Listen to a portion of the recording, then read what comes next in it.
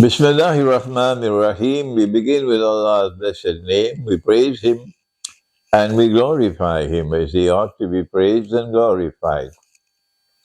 And we pray for peace and for blessings on all His noble messengers, including the last of them all, the Blessed Prophet Muhammad sallallahu ta'ala alayhi wa sallam, as we greet you in 2 to 3 hours south of Lisbon in Portugal on this, the 13th day of the month of Jumadi al-Ula, with Assalamu alaikum wa rahmatullahi wa barakatuh. And I want to share with you now a video of my recording of my travels in the Balkan countries during the months of September and October. It was a fascinating period and fascinating travel, fascinating experiences for me. I'm learning more and more about the Balkans. This is not an area that I've visited regularly. This is not an area that I've studied sufficiently. So you'll have to forgive my ignorance if I don't know enough of your history. And I am happy, really happy to inform you that wherever I went in the Balkans, the people welcomed me in a very kind and friendly way. Nowhere in the Balkans, nowhere did I receive any hostile welcome. Nobody ever did that to me. Just one problem, and that was the government which rules over Albania, probably because of their connections with the United States and because of their connections with Israel, which is committing genocide in Gaza. That government found it uncomfortable for me to enter Albania. I'm not surprised, yeah. I'm not surprised that they should find discomfort, but not the people of Albania. Not the people of Albania who all stand up against genocide in Gaza and who admire my profile of scholarship that I stand up against Israel and I stand up against NATO. So the people of Albania welcomed me in the airport, but I was not allowed to enter Albania. We come back to that in a moment. I traveled from Manchester to Belgrade on the 21st of April. I was supposed to go at the beginning of April. And I had a lecture and a signing of my books in Belgrade on September the 4th and 5th. On the 4th, we were supposed to be launching the book, The Quran and Russia's Destiny, and autographing copies and meeting with people. And on the 5th, we had a hall which was rented out for a lecture, a public lecture on the Quran and Russia's destiny. And we had more than 600 people who had registered to attend that lecture. And then some hidden hands got to work and got the hall to cancel the reservation. And then we had to cancel the lecture. On Judgment Day, we'll know who are the hidden hands who find my scholarship, my profile of scholarship, so terrifying for them that their house of cards might collapse. And so they sabotaged my lecture by getting the hall to cancel. I'm accustomed to this in Britain, yeah, where my profile of scholarship drives terror in the hearts of a people who have an inadequate profile of scholarship. They only have the Darul scholarship. And they have masajid, they are the imams and masajid and so on. And they're scared of me. So they ban me, they block me, they shut the doors of the masjid on me, they try to get halls to cancel me and so on. These are a very fragile people. I call them fragile people because they live in a house like a spider's web. It is so fragile. My scholarship is not like that. My scholarship is built on firm foundation like a rock. while theirs is on sand. So I arrived in the Balkans in Belgrade on the 21st, and my student from Albania, Imam Elvis, he drove all the way from Durrës to Belgrade, and he was there to greet me at the airport together with Sapar from Australia. And uh, the next day, the 22nd, I was taken to the University of Belgrade, where I met for the first time in 8 years my dear friend, Professor Branko Ravish, who had written the foreword for my book on methodology for the study of the Quran, a professor of law, one of the most famous professors of law in the Balkans. And this man, with a few of his colleagues at the university, we sat down, I don't know, for 2 or 3 hours in the university, planning for me to return to Belgrade and for lecturing at the University of Belgrade. And they wanted me to tell them what was it in my book on the Quran and Russia's destiny. So it was a very, very interesting session with Professor Branco and his colleagues at the university.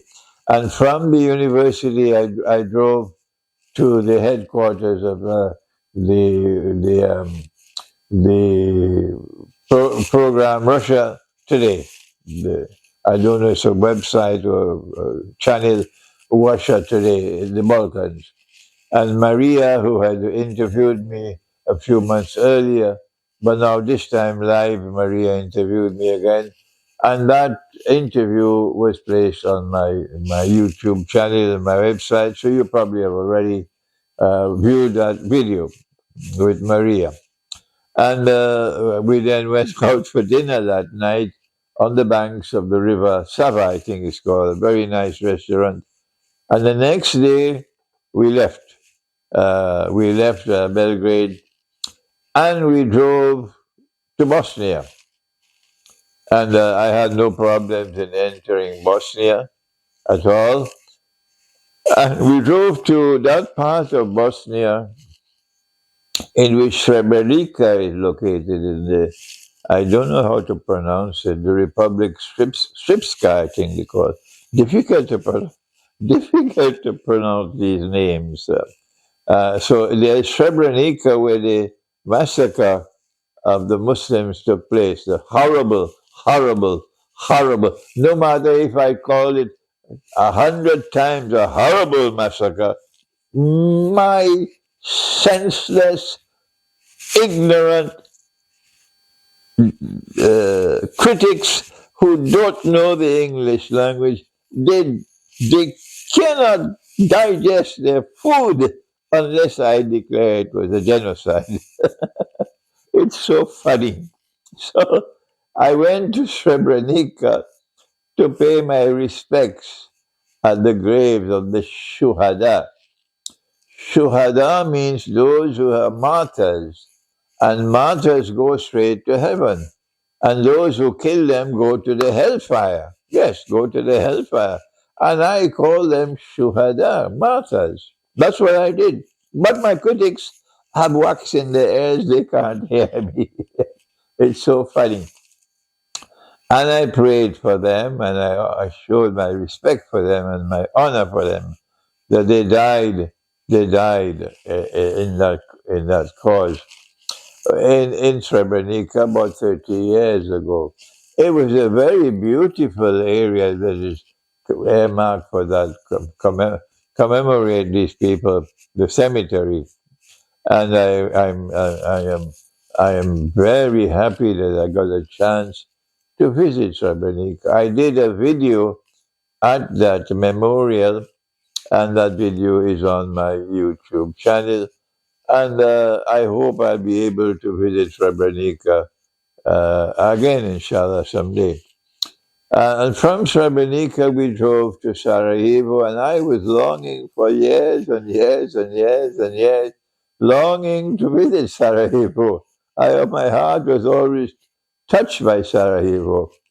And here was I for the first time in my life in Sarajevo, yes. It was a wonderful moment for me. And my host, they gave us an apartment for Elvis and I to stay, a very comfortable apartment. And they would be bringing meals for us and so on. And I had a team with me who were so kind and helpful to me. I had visitors, important visitors, coming to visit me at this home in Sarajevo, including the professor of the University of Sarajevo, who is in charge of all the Sufi movements in Bosnia. And this man came to visit me. The next day he had to fly to United States of America. But before he flew to America, he made arrangements for me to be invited to visit one of the most important Sufi centers in Sarajevo, outside of Sarajevo. I spent about 10 days in Sarajevo, and we were able to travel to Mostar, and in Mostar to see that bridge built by the Ottoman Empire. And the professor who came to visit me, he gave me a huge book that he had written, which allowed me to get more knowledge about what the Ottoman Empire had done in respect of calligraphy and the beauty of calligraphy of the Quran. Amazing work by the Ottoman Empire. And then they translated that aesthetics from the Quran to buildings, to the building of a masjid, to the building of a bridge, everything done with aesthetics, with beauty. It is so different from the uh, secular world of construction. Yes, the monotony of secular construction, the beauty of the Ottoman construction is imperishable. So I enjoyed my visit to Mostar and to the river, the green waters of the river, and the beautiful, beautiful bridge. I understand it was damaged during the war, and that was then it was repaired, inshallah. Yeah. But it was terrible to see the huge numbers of tourists. In Mostar, you hardly have space to walk. We couldn't record a video at the bridge. There was just too many people and too much noise. So we had to find a place in the bazaar around the bridge and sit down in the cafeteria and do a recording in Mostar. I didn't get a chance to drive around the town of Mostar. Maybe another time I'll visit Mostar. While I was in Sarajevo, I wanted to go to Tuzla, but I didn't get a chance to go to Tuzla. Maybe another time. But my host took me all around Sarajevo, all around Sarajevo. We went to the cemetery where the president Alia Izetbegovic is buried, and I recorded a video at his grave. They took me to the place where the Bosnia River originates. It's a very beautiful place. But when we wanted to enter, uh, there's a small fee for entry, no problem with that. But because we wanted to record a video there, they were charging us a huge amount in euros, and we couldn't afford it, so we could not go inside. So I was not allowed to see where the Bosnia River begins. And we went to the place where Archduke Franz Ferdinand was assassinated in the summer of 1914. And I was able to record a video at at that place where he was assassinated. We went to the Roman Catholic Cathedral and we sat in a cafeteria with the cathedral at the back and did a video there. We went to the masjid. I can't remember now the name of the masjid, close by walking distance. And I was able to perform my salat a Zuhr in the masjid and do a recording next door to the masjid. And while I was there, I was surrounded by a group of tourists from Durban in South Africa who all recognized me. And we did a recording in the courtyard of the masjid.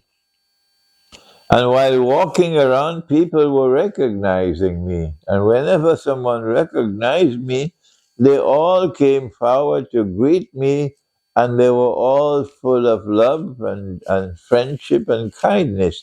No one was hostile to me, and that was such a good sign because I have criticized the Ottoman Empire for things that the Ottoman Empire did which were wrong. And I am correct in doing that. But some people don't want the Ottoman Empire to be criticized in any way, and therefore they are critical of mine. And after spending 10 days in Sarajevo, 10 wonderful, beautiful days, I look forward to returning to Sarajevo and spending a long period of time. I realized that the people of Bosnia, the Muslims of Bosnia, did not want eternal hatred and hostility and enmity between them and the Orthodox Christians of Serbia. And I therefore had to say to them, if you say that Srebrenica was a genocide, if you insist that Srebrenica was a genocide, if you obstinately insist that Srebrenica was a genocide, then this is the implication. The implication, whether you know it or you don't, whether you accept it or you don't, is irrelevant. The implication I am telling you is eternal hatred between the two people. But nobody in Bosnia, thus no one said we want eternal hatred. It is only Dajjal's sons and daughters who have nothing in their head but peanuts. They are the only ones who want eternal hatred and enmity between Muslims and Christians because they're serving Shaitan. They're serving their puppy dogs of NATO, but not the rest of the Muslims. They said, no, no, no, we don't want eternal friendship, hatred between us and the Christians. I said, well, if you say that it was genocide, whether you understand it or you don't, if you say Srebrenica was genocide, that is the implication. So go ahead and call it genocide if that is what you want. If that is what you want. So I was very pleased and happy to see how many Muslims I met who says, no, we prefer to have reconciliation and friendship with our Christian brothers. And so I have now realized that the plan for the future is that the two people who believe that Nabi Isa alayhi salam was the Masih, the Messiah, that he came and he left and that he will return. These two people who are Christians and Muslims, Orthodox and Muslims, these two people must come together to prepare the way for the return of the Messiah.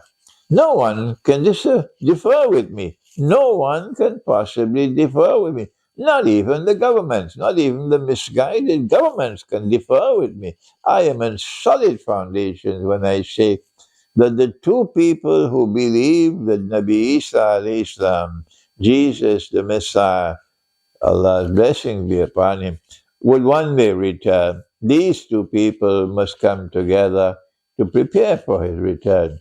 And coming together means coming together to cooperate with each other and therefore friendship and reconciliation. And so the implication is that Bosnia and Serbia must reconcile.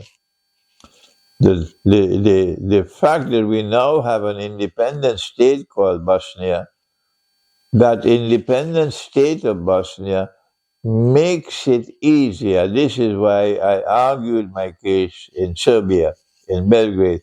I argued and said to them, it is now easier because Bosnia is an independent state.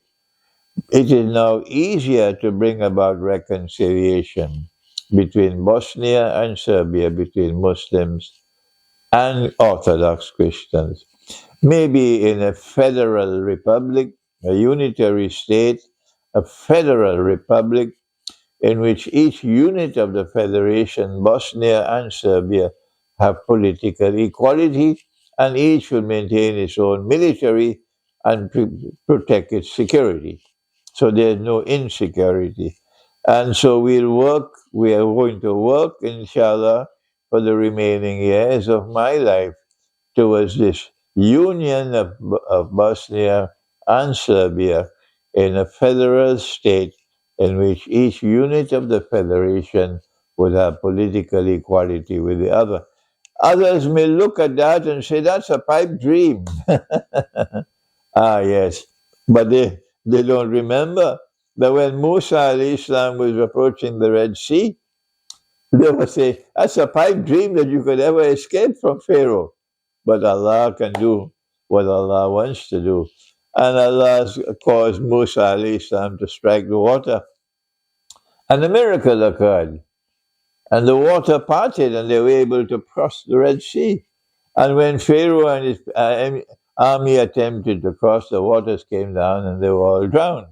So you may say it's impossible to have a political union of Bosnia and Serbia. I say to all things are possible with Allah. I then left Sarajevo and I drove with Elvis to Sofia in time for the next day was Salatul Jummah. And the Grand Masjid of Sofia, not sufficiently big, probably it could hold 500 people, and it felt as though there were 5,000 in the masjid. No space at all. It was cold outside, so people wanted to be inside. And I made the mistake of sitting close to the entrance, so it was terrible. It was terrible. They need a much bigger masjid in Sofia. And after the Salatul Jummah in Sofia, we drove to Smolyan in the south of Bulgaria, close to the border with Greece. I had visited Smolyan once before, and this was my second visit, and I was able to conduct classes. I had imams who were present in my classes, and one of them was Imam Hafiz of the Quran. And we had classes maybe for maybe 1 week.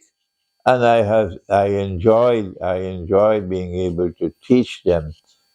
It was wonderful when a teacher got a chance to teach bright students. And these were bright students I had in Bulgaria, in Smolyan. And after 1 week in Smolyan, or maybe 10 days, we then drove to Romania. The first time I'm visiting Romania, Bucharest. And I realized that the word is not Bucharest. That is a nickname given by the British, I believe. It is Bucharesti. Bucharesti. And in order to reach Bucharesti, we had to cross the Danube River, the longest river in Europe. It was a huge bridge over the river and the green blue waters of the Danube. I was astonished to look at the Danube River. When we arrived in Bucharesti, I had a session in the hotel where I was staying. We got a room in the hotel, and we had a small gathering that same evening. And there was a Romanian scholar who was present. That man was very learned. And I was able to give him a presentation of the Quran he never heard of before. The next day, I went to the University of Bucharest, and I was invited to meet with professors in the University of Bucharest, the Faculty of Theology. And I was amazed how many Romanian Christians have such a tremendous thirst for knowledge of theology. You don't find this in the Western world at all. These are people who love their religion and who want to study their religion. So the faculty of theology was bustling with busyness. And I met with the professors. There was one professor who was a retired professor who was older than me. And I was amazed by that man's knowledge. He even taught me something of the Quran I did not know before. And he asked me many questions. And at the end of it, he came to the conclusion, he said, your profile of Islamic scholarship is different from that of traditional Islamic scholarship. And he was correct about that. And then they took me from the office where I met with the professor. That meeting took place about 2 to 3 hours long. Then they took me to the auditorium where the students were all assembled waiting for me. And the auditorium was almost packed. It was a small auditorium, and there may have been about between 100 and 150 students there waiting for me. And these are students are now listening to a scholar of Islam. And the Ottoman Empire had ruled over Romania. At that time, it was called Wallachia, and another name, but it was not called Romania at that time. And the Ottoman Empire ruled over them for many centuries. And these are people who sought their freedom from Ottoman rule, and eventually they were able to win their freedom. And despite the oppression that they had faced from an Ottoman Empire, which was Islam and Muslim, yet when I finished my lecture in that auditorium, the entire auditorium responded with loud applause. They were comfortable with my lecture. They were happy to receive me, and they responded to my lecture in very, very positive way. And that is a good sign that when you take the Quran to an Orthodox Christian people and you tell them what is in the Quran about them, they respond positively. I also went to the mausoleum or the grave where a prince of Romania who had fallen out with the Ottoman Empire and was arrested, and he and his sons were condemned to death in Constantinople. But the Sultan of the Ottoman Empire offered him a deal that if you convert to Islam, then you will not be executed. Your life will be saved. And the king, the prince, and all his sons, the last one was only 12 years of age, preferred to die rather than to abandon their faith as Christians. And I went to where the place where he was buried to respect him and to honor him. But it was wrong. It was wrong. It was a violation of Allah's command in the Quran to give a Christian this offer. Either you die or you become a Muslim. Because the Quran says, and apparently the Ottoman Empire may not have been aware of it, that there is no compulsion in religion. There is no compulsion in religion. There is no compulsion in religion. So you cannot offer someone either you die or you become a Muslim. That is wrong, that is false, that is wicked, and that must be condemned without regard for consequences. So I went to his grave, to his mausoleum, to show my respects for him, and I did a video which is on my YouTube channel. I then went the next day to Constantia, which is on the coast, the Black Sea coast. And it's a historic city. And for the first time in my life, I'm seeing the Black Sea. And yes, indeed, the water is dark blue. The water is dark blue in the Black Sea. And because the Black Sea in the Quran, the Black Sea is in the Quran, this was something for me a historic moment in my life. I also visited the masjid built by the king, the Orthodox Christian King Carol. He made an agreement with the Sultan in Constantinople that if the Sultan will build a Christian cathedral in Constantinople, he'll build a masjid. And they designed the masjid would be something like a cathedral. Yes. And it was wonderful for me to go into that masjid and perform my salat and to view this beautiful masjid built by a Christian king. And then from Romania, I flew back to Belgrade.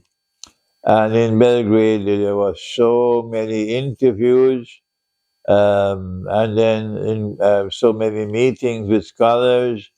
And then there was a lecture at the University of Belgrade, where I've lectured twice before on the Quran and Russia's destiny. And the auditorium was packed, was packed, was packed. People were standing in the aisles. There was no place to sit. A massive audience. And I lectured for about 1 hour. And at the end of my lecture, there was loud and prolonged applause.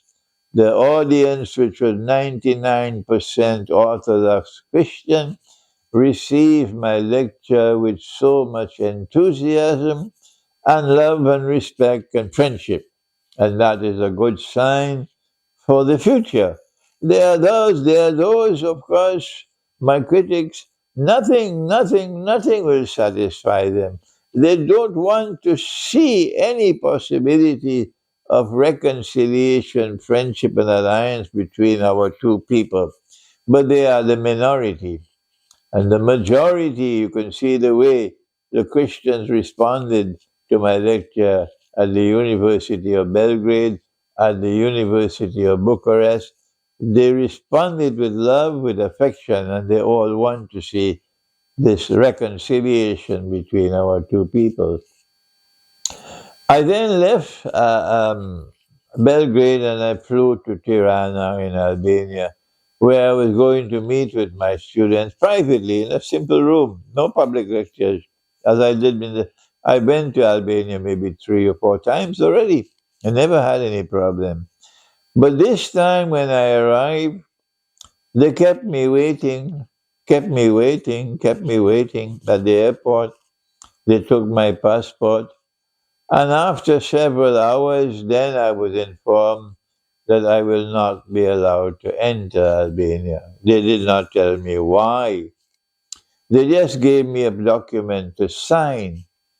And in that document, of course, it's in Albanian, it's unethical to ask a man to sign a document he cannot read. It is unethical to ask a man to sign a document he cannot read. But I don't think they cared for ethics. They asked me to sign that document.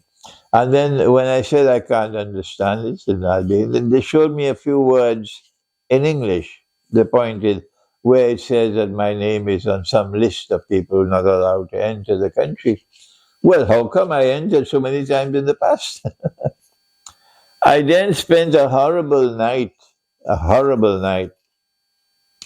in the departure lounge of the airport. I could not sleep all night at the age of 85 and constantly traveling for so long, tired, and I'm all alone. I don't even have my wife with me. And the Albanian immigration officers were kind to me. Yes, they showed, and they were profoundly embarrassed by the way the government behaved.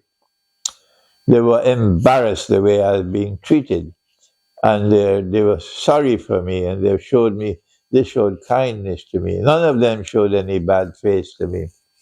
I asked whether I could be taken to the musalla, the prayer room, and one of them took me there, and he took my baggage with my carry on. And in the musalla, people were recognizing me, and I ended up ended up having given two lectures in the Musalla. Two lectures in the Musalla. I was asked to return to the immigration at 11 in the night, and when I returned there, then I had to lie down on a couple chairs, trying to get some sleep, and the immigration officers had passed by and looked at me sorrowfully. Sorrowfully, yes. And at 4 o'clock in the morning, they put me on a flight. I said, "Will my baggage be going with me?" They said, "Yes."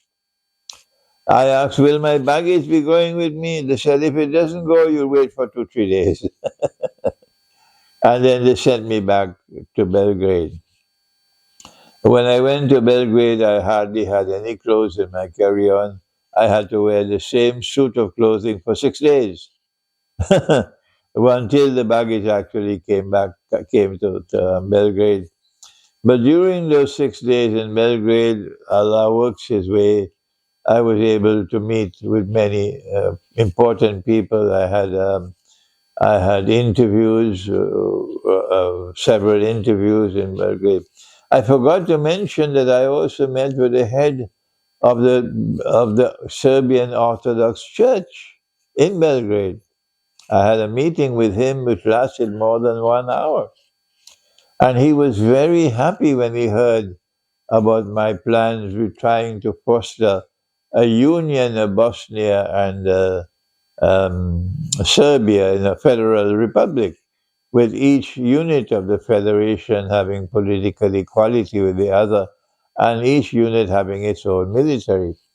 And he warned me, he said that you're going to have difficulties, but this is a wonderful thing you're doing. And then I left Bulgaria when I got my baggage, and I flew to Lisbon, where I'm now enjoying a few days of rest. I took a long time to tell you this story about my travels in the Balkans, and I will have to return to the Balkans again and again in the remaining years of my life. Thank you. Wassalamu alaikum wa rahmatullahi wa barakatuh.